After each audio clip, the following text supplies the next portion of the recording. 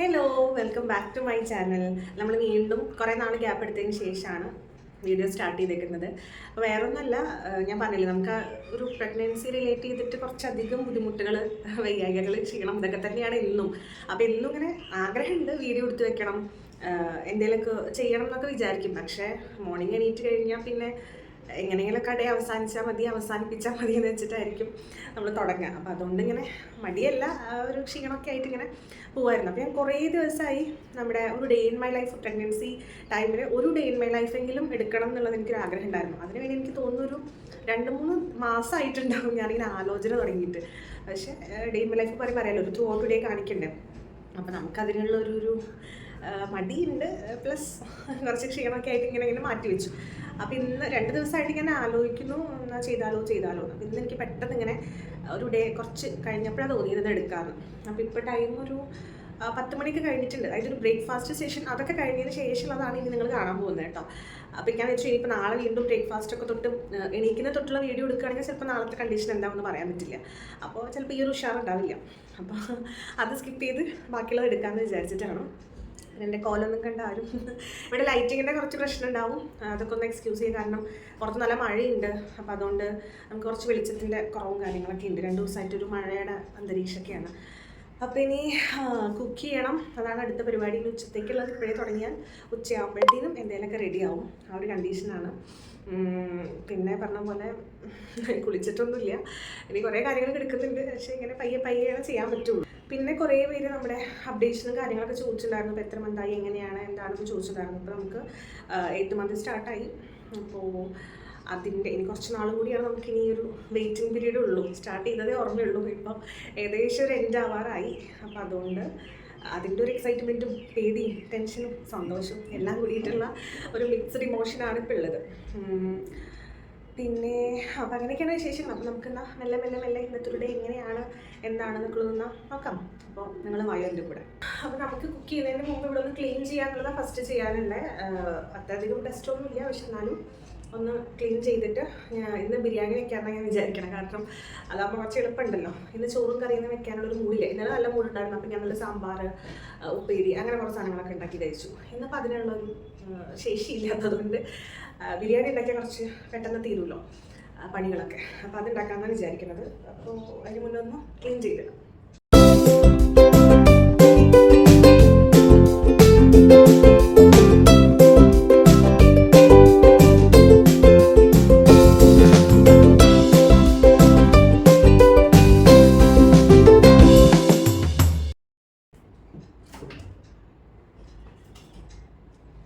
അപ്പോൾ ഞാനിവിടെ ഓൾറെഡി റെഡിയാക്കി കുറച്ച് മാരിനേറ്റ് ചെയ്ത് കുറച്ച് ചിക്കൻ വെച്ചിട്ടുണ്ട്. അപ്പോൾ ഗീ റൈസ് ഉണ്ടാക്കണോ ബിരിയാണി ഉണ്ടാക്കണോ എന്നുള്ളൊരു കൺഫ്യൂഷനിലാണ്. ഗീ റൈസ് എളുപ്പമായിരിക്കും, ബിരിയാണിനേക്കാളും കുറച്ചുകൂടി എളുപ്പത്തിൽ വേണമെങ്കിൽ ഉണ്ടാക്കാം. പക്ഷെ എനിക്ക് ഇന്നെന്തോ നമ്മുടെ ഫ്രൈഡ് ബിരിയാണി ഇല്ലേ, അത് കഴിക്കാനാണ് ഒരു കൊതി തോന്നുന്നത്. ഇപ്പം അടുപ്പിച്ച് കുറേ കാലമായിട്ട് ഒന്നുകിൽ നമ്മുടെ ദം ബിരിയാണി സ്റ്റൈല്, അല്ലെങ്കിൽ എന്താണ് നെയ്ച്ചോറ്, ഇത് കറി, ഇങ്ങനെയൊക്കെ തന്നെയാണ് ഉണ്ടാക്കാറ്. അപ്പോൾ ഒരു വെറൈറ്റിക്ക് ഫ്രൈഡ് ബിരിയാണി ഉണ്ടാക്കാമെന്ന് വിചാരിക്കും. ഫ്രൈഡ് അത്ര ഹെൽത്തി ഒന്നല്ല, ഓയിലിൽ ഇങ്ങനെ പൊരിച്ച് കഴിക്കുന്നത് അത്ര നല്ലതൊന്നുമല്ല. പക്ഷേ ഇടയ്ക്കൊക്കെ കഴിക്കാം. ഇപ്പോഴൊക്കെയല്ലേ ഇങ്ങനെ ആഗ്രഹം തോന്നുമ്പോൾ കഴിക്കാൻ പറ്റുള്ളൂ. അപ്പോൾ എന്താ നമുക്ക് അത് ചെയ്യാം. അപ്പോൾ ഞാൻ ഇതിനകത്ത് വെറുതെ കുറച്ച് ഉപ്പും മുളകും മഞ്ഞൾപ്പൊടിയൊക്കെ ഇട്ട് മാരിനേറ്റ് ചെയ്ത് വെച്ചേക്കുവാണ്. ഇനി നമുക്കെന്നാൽ സ്റ്റാർട്ട് ചെയ്യാം. കുക്കിംഗ് സ്റ്റാർട്ട് ചെയ്തപ്പോഴേ ഞാനൊരു കാര്യം ആലോചിച്ചേ, ഇന്ന് എഗ്ഗ് കഴിച്ചിട്ടില്ല. നമുക്ക് ഡെയിലി ഒരു 2 എഗ്ഗ് പുഴുങ്ങിയത് കഴിക്കാനായിട്ട് പറഞ്ഞിട്ടുണ്ട്. അപ്പോൾ അതുകൊണ്ട് അതിൻ്റെ കാര്യം ഞാൻ മറന്നുപോയി. ഡേ ഇൻ മൈ ലൈഫ് എടുക്കുന്ന ഒരു ആവേശത്തിൽ അതൊക്കെ വിട്ടുപോയി. അപ്പോൾ എന്തായാലും ഫസ്റ്റ് ഞാൻ അതിപ്പോൾ പുഴുങ്ങാൻ വെച്ചിട്ടുണ്ട്. അതിന് ശേഷം എന്നാൽ ബിരിയാണി ഉണ്ടാക്കാമെന്ന് വിചാരിച്ചിട്ട്. എന്തായാലും പെട്ടെന്നാവുമല്ലോ, ബിരിയാണി കുറച്ചാവാൻ ടൈം എടുക്കും. എസ്പെഷ്യലി നമ്മളിപ്പോൾ ഫ്രൈഡ് ബിരിയാണി ആയതുകൊണ്ട് കുറച്ചധികം പ്രൊസീജിയർ ഉണ്ട് അത് ചെയ്യാനായിട്ട്. ഈസി ആയിരിക്കും, കുറച്ച് ഭയങ്കര പെട്ടെന്ന് ചെയ്യുന്ന ആൾക്കാരൊക്കെ ഉണ്ടായിരിക്കും കേട്ടോ. എൻ്റെ ഒരു കണ്ടീഷൻ വെച്ചിട്ട് ഇപ്പോൾ ഭയങ്കര സ്ലോ ആയിട്ട് എല്ലാം ചെയ്യാൻ പറ്റുള്ളൂ. അതുകൊണ്ട് ഞാൻ കുറച്ച് പയ്യെ ചെയ്യുന്നത്. അപ്പോൾ അതുവരെ നമുക്ക് പിടിച്ചു നിൽക്കാൻ ഇന്ധനം വേണ്ടേ. അപ്പോൾ അതുകൊണ്ട് മുട്ട വെച്ചിട്ടുണ്ട്. പിന്നെ വേറൊരു കാര്യം പറയാനുള്ളത്, നമ്മുടെ അടുക്കളയും സെറ്റപ്പും സംഭവങ്ങളൊക്കെ ഒക്കെ ഒരു അഡ്ജസ്റ്റ്മെൻറ്റിലാണുള്ളത്. കുറേ നമ്മുടെ പഴയ ഡേ ഇൻ മൈ ലൈഫും അല്ലെങ്കിൽ വീഡിയോസൊക്കെ കണ്ടിട്ടുള്ളവർക്ക് അറിയായിരിക്കും എങ്ങനെയൊക്കെയാണെന്നുള്ളത്.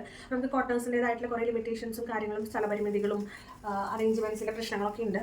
ഞാൻ പറഞ്ഞല്ലോ, ഒരു ഡേ ഇൻ മൈ ലൈഫ് കുറേ പേരായി ചോദിക്കണു ഡേ ഇൻ മൈ ലൈഫ് ചെയ്യാനൊക്കെ പറഞ്ഞിട്ട്. നമുക്ക് അറിയുന്ന കുറച്ച് പേര് കേട്ടോ, കുറേ പേര് പറഞ്ഞാൽ 2-3 പേര് ഒരു മെസ്സേജ് അയച്ചിട്ട് ഡേ ഇൻ മൈ ലൈഫ് ആയിട്ട് ചെയ്തുകൂടെ എന്നൊക്കെ ചോദിച്ചിട്ടുണ്ടായിരുന്നു. ഇത് കാണുന്നവർക്ക് ഭയങ്കര എളുപ്പമാണെങ്കിലും day in my life shoot edit ചെയ്യാന്നൊക്കെ വെച്ച് കഴിഞ്ഞാൽ കുറച്ചധികം പാടാണ്. നമ്മൾ പോകുന്ന സ്ഥലത്ത് എല്ലാം ഈ ക്യാമറ കൊണ്ടുപോയി വെക്കണം, ചെയ്യുന്ന ഓരോന്ന് പറയണം എന്നൊക്കെ വെച്ചാൽ കുറച്ച് പാടാണ്. പക്ഷെ എന്താണെന്ന് വെച്ചാൽ എന്തായാലും പറഞ്ഞതല്ലേ എന്ന് വെച്ചിട്ട് ഞാൻ എന്തായാലും ഒരു ഡേ ഇൻ മൈ ലൈഫ് ചെയ്യാമെന്ന് വിചാരിച്ചിട്ടാണ്. എന്തൊക്കെയോ ഞാൻ പറയുന്നുണ്ടാണോ എനിക്ക് തോന്നുന്നത്, എന്തൊക്കെയെങ്കിലും വിട്ടുപോയിട്ടാണോ പറയുന്നത്, കണക്ഷനിലാണോ പറയുന്നതെന്ന് എനിക്കറിയില്ല. അപ്പോൾ മുട്ടയാവുന്ന നേരം കൊണ്ട് നമുക്ക് എന്ത് ചെയ്യാം, സവാള തക്കാളി അങ്ങനെയുള്ള കാര്യങ്ങളൊക്കെ അരിഞ്ഞ് വെക്കാനും പേസ്റ്റ് ആക്കാനൊക്കെയുള്ള കുറച്ച് പരിപാടികളുണ്ട്, അതൊക്കെ ചെയ്യാം. പിന്നെ കുറച്ച് പാത്രങ്ങൾ കഴുകാനുണ്ട്, അപ്പോൾ അത് ചെയ്യാം. അതൊക്കെ ആകുമ്പോഴത്തേനും മുട്ടയും അത് കഴിച്ചതിന് ശേഷം നമുക്കൊന്ന് കുക്കിംഗ് സ്റ്റാർട്ട് ചെയ്യാം. ഓക്കെ.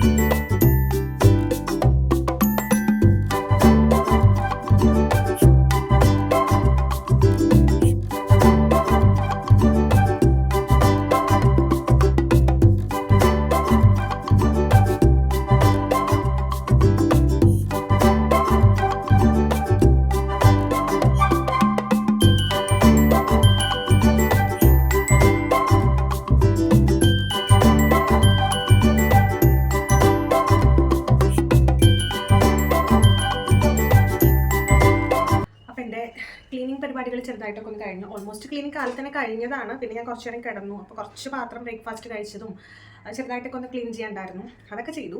ഇനി നമുക്ക് എന്തായാലും കുക്കിംഗ് തുടങ്ങാം. ഇപ്പോൾ എന്തായാലും ഫസ്റ്റ് സെപ്പറേറ്റ് ഗ്രേവിയും ഫ്രൈ ചെയ്ത ഗ്രേവിയും റൈസും അങ്ങനെ ആക്കാമെന്നാണ് വിചാരിക്കുന്നത്. മിക്സ് ആക്കിയിട്ട് എപ്പോഴും ഇവിടെ ഉണ്ടാക്കാറ്. അപ്പോൾ അതുകൊണ്ട് ഞാൻ ഇടയ്ക്കിടയ്ക്ക് ഇങ്ങനെ ആക്കുന്നത് വേറെ ഒന്നുമില്ല കേട്ടോ. എൻ്റെ മേലെ കൂടെ ഉറുമ്പോൾ എന്തോ ഇങ്ങനെ കടിച്ചിട്ട് എനിക്ക് നന്നായിട്ട് ചൊറിയുന്നുണ്ട്. അപ്പോൾ അതുകൊണ്ട് ഇങ്ങനെ ഇവിടെ കടി കിട്ടി. അപ്പോൾ അതിങ്ങനെ ചൊറിഞ്ഞുകൊണ്ടിരിക്കും.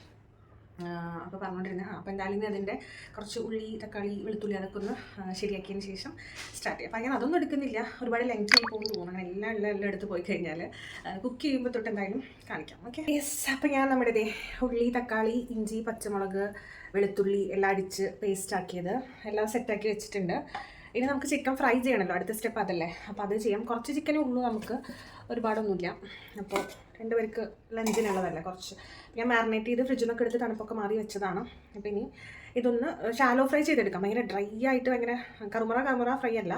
എല്ലാവർക്കും ഫ്രൈഡ് ബിരിയാണി ഉണ്ടാക്കാൻ അറിയാമെന്ന് എനിക്കറിയാം. എന്നാലും ഞാൻ ഉണ്ടാക്കുന്ന എന്തായാലും ഇതിന് കൂടെ ഇൻക്ലൂഡ് ചെയ്ത് കാണിക്കാൻ മാത്രമേ ഉദ്ദേശിക്കുന്നുള്ളൂ. അല്ലാണ്ട് ഇതൊരു കുക്കിംഗ് വീഡിയോ അല്ലെങ്കിൽ നിങ്ങളെ പഠിപ്പിക്കാൻ വേണ്ടിയിട്ടുള്ള അങ്ങനെയൊന്നും ഉദ്ദേശിച്ചിട്ടല്ല. അപ്പോൾ ഞാൻ എണ്ണ ചൂടാക്കാൻ വെച്ചിട്ട് നമുക്കിത് ഫ്രൈ ചെയ്തെടുക്കാം. അപ്പോൾ ഇത് എണ്ണ അത്യാവശ്യം ചൂടായിട്ടുണ്ട്. അപ്പോൾ നമുക്ക് ഓരോരോ പീസുകളായിട്ട് ഇട്ട് കൊടുക്കുകയാണ്.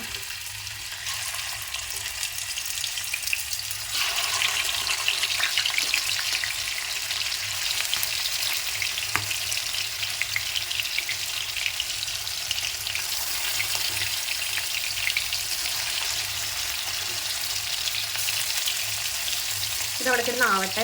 അപ്പോൾ നമ്മുടെ മുട്ട പുഴുങ്ങിയത് റെഡി ആയിട്ടുണ്ട്. അപ്പോൾ ഞാനിത് കഴിച്ചിട്ട് വരാം. ഇത് നമ്മുടെ ചിക്കൻ ആയിക്കൊണ്ടിരിക്കുകയാണ്. അപ്പോൾ ഞാൻ വിചാരിച്ചെന്തായാലും ഇപ്പോഴത്തെ ഗ്യാസിൽ നമ്മുടെ മസാല അതിൻ്റെ കൂടെ തന്നെ റെഡിയാക്കാണ്. അപ്പോൾ നമുക്ക് ടൈം പോയില്ലല്ലോ. നമ്മൾ ഓൾറെഡി കട്ട് ചെയ്ത് വെച്ചിട്ടുള്ള നമ്മുടെ ഉള്ളി തക്കാളി എല്ലാം നന്നായി വഴണ്ട് വരണം, അതാണ് അതിൻ്റെ ഒരു ടേസ്റ്റ്. അപ്പോൾ ഇത് വഴണ്ട് വരുമ്പോഴത്തേനും എന്തായാലും നമുക്ക് കുറച്ച് ചിക്കനല്ലേ ഉള്ളൂ, അതെല്ലാം ആയിക്കോളും. അപ്പോൾ ഞാൻ ആ ഒരു പ്രൊസീജിയർ ചെയ്യാമെന്ന് വിചാരിച്ചു. ഇതിലേക്ക് ഒരു വലിയ പിടി നമ്മൾ ചതച്ച് വെച്ച ഇഞ്ചി പച്ചമുളക് വെളുത്തുള്ളി ആ ഒരു മിക്സ്ചർ ഇട്ട് കൊടുത്തിട്ട് നന്നായി വഴറ്റാം. അപ്പോൾ അതേ നമ്മുടെ ബിരിയാണി പുരോഗമിച്ചുകൊണ്ടിരിക്കുന്നു. ഗ്രേവിക്കുള്ള ആ ഒരു സവാളയുടെ ഇതിങ്ങനെ വഴണ്ട് വന്നുകൊണ്ടിരിക്കുന്നുണ്ട്. നന്നായിട്ട് വഴണ്ടാൽ നല്ല ടേസ്റ്റ് ഉണ്ടാവുള്ളൂ. അപ്പോൾ അതായിക്കൊണ്ടിരിക്കുന്നുണ്ട്. റൈസ് സെപ്പറേറ്റാണ് വേവിക്കുന്നതെന്ന് ഞാൻ പറഞ്ഞല്ലോ. അപ്പോൾ റൈസ് ഇതേ നമ്മൾ വെള്ളത്തിലേക്ക് ഗീയും അതുപോലെ തന്നെ നമ്മുടെ സ്പൈസസും ഒക്കെ ഇട്ട് തിളപ്പിച്ചിട്ടുണ്ട്. അതിലേക്ക് നമ്മളിനി കഴുകി വാരി വെച്ചേക്കുന്ന ബസ്മതി റൈസ് ഇട്ട് കൊടുക്കുകയാണ്. ശരിക്കും ഇത് നല്ല ടേസ്റ്റ് ഉണ്ടാവുക കൈമ റൈസാണ്. പക്ഷേ അതിപ്പോൾ ഇവിടെ കിട്ടാനില്ലാത്തത് കൊണ്ട് നമ്മൾ ബസ്മതി വെച്ച് ഉണ്ടാക്കുന്നത്. അപ്പോൾ ഇതിട്ട് കഴിഞ്ഞാൽ ഒരു 15 മിനിറ്റ് അടച്ചു വെച്ച് കഴിച്ചാൽ പെട്ടെന്ന് വെന്ത് കിട്ടും.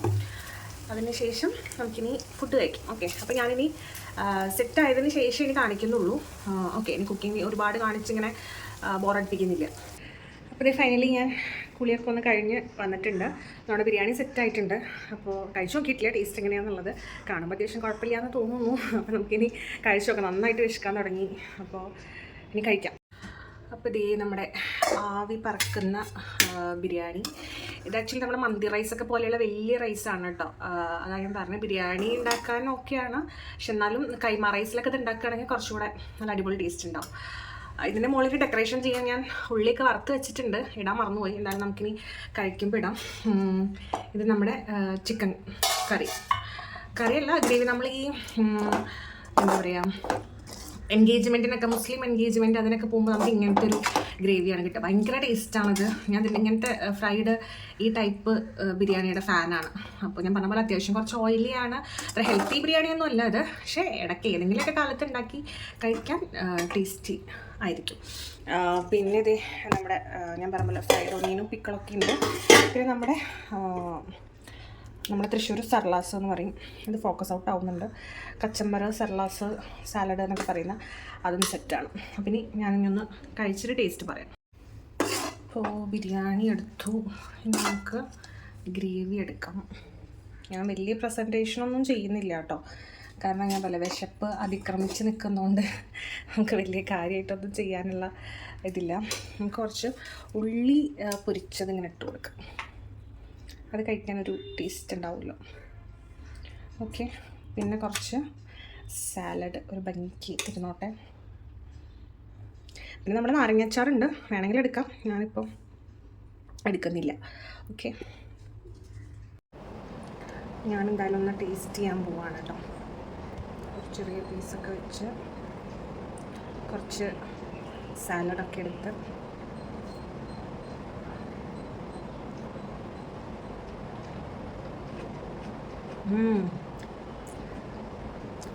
എന്താണോ ഞാൻ ഉദ്ദേശിച്ചത് അതിനേക്കാൾ അടിപൊളിയായിട്ട് വന്നിട്ടുണ്ട് കേട്ടോ. അടിപൊളി. ഞാൻ ഉണ്ടാക്കിയതുകൊണ്ട് പറയല്ല, അടിപൊളി. നല്ല ഫ്ലേവറാണ്. ചിക്കനൊക്കെ കറക്റ്റ് ഫുഡാണ്. ഓവറായിട്ട് ഫ്രൈ ആയിട്ടില്ല. അതുപോലെ തന്നെ മസാലയും എല്ലാം നന്നായി പിടിച്ചിട്ട് അടിപൊളി ടേസ്റ്റാണ്. ഓക്കെ, ഇനി എനിക്ക് കൂടുതൽ വീഡിയോ എടുത്ത് സമയം കളയാനുള്ളൊരു ഇതില്ല.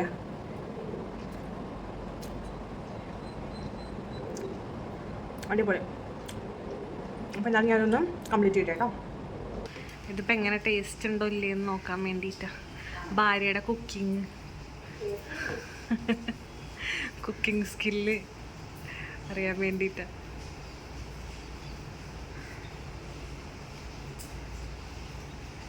പറ, അഭിപ്രായം പറ.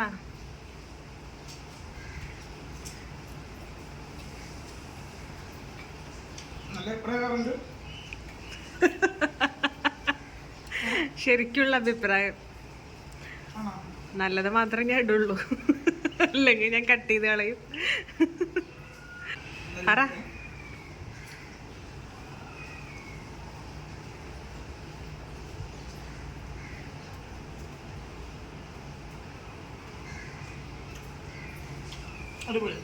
സൂപ്പർ. വൈകിട്ട് പിന്നെ അത്യാവശ്യം മഴയൊക്കെ ഉണ്ടായിരുന്നു കേട്ടോ. ഞാൻ പറഞ്ഞില്ലേ നല്ല മഴയുള്ളൊരു ടൈമാണിപ്പോൾ എന്ന്. അപ്പോൾ ഒരു കോഫി കുടിക്കാൻ തോന്നി. അപ്പോൾ ദേശനായിട്ട് നല്ലൊരു ക്യാപ്പച്ചീനോ ഒക്കെ ഉണ്ടാക്കി കൊടുന്ന് തന്നു. നല്ല അടിപൊളി ക്യാപ്പച്ചീനോ ആയിരുന്നു കേട്ടോ, ഹോം മെയ്ഡ് ക്യാപ്പച്ചീനോ. അപ്പോൾ നല്ല മഴയത്ത് നല്ല ചൂട് കോഫി കുടിക്കാമെന്ന് പറഞ്ഞാൽ അതൊരു നല്ല രസമല്ലേ. അപ്പോൾ ഞങ്ങളങ്ങനെ കോഫിയൊക്കെ ഉണ്ടാക്കി എൻജോയ് ചെയ്ത് കുടിച്ചു.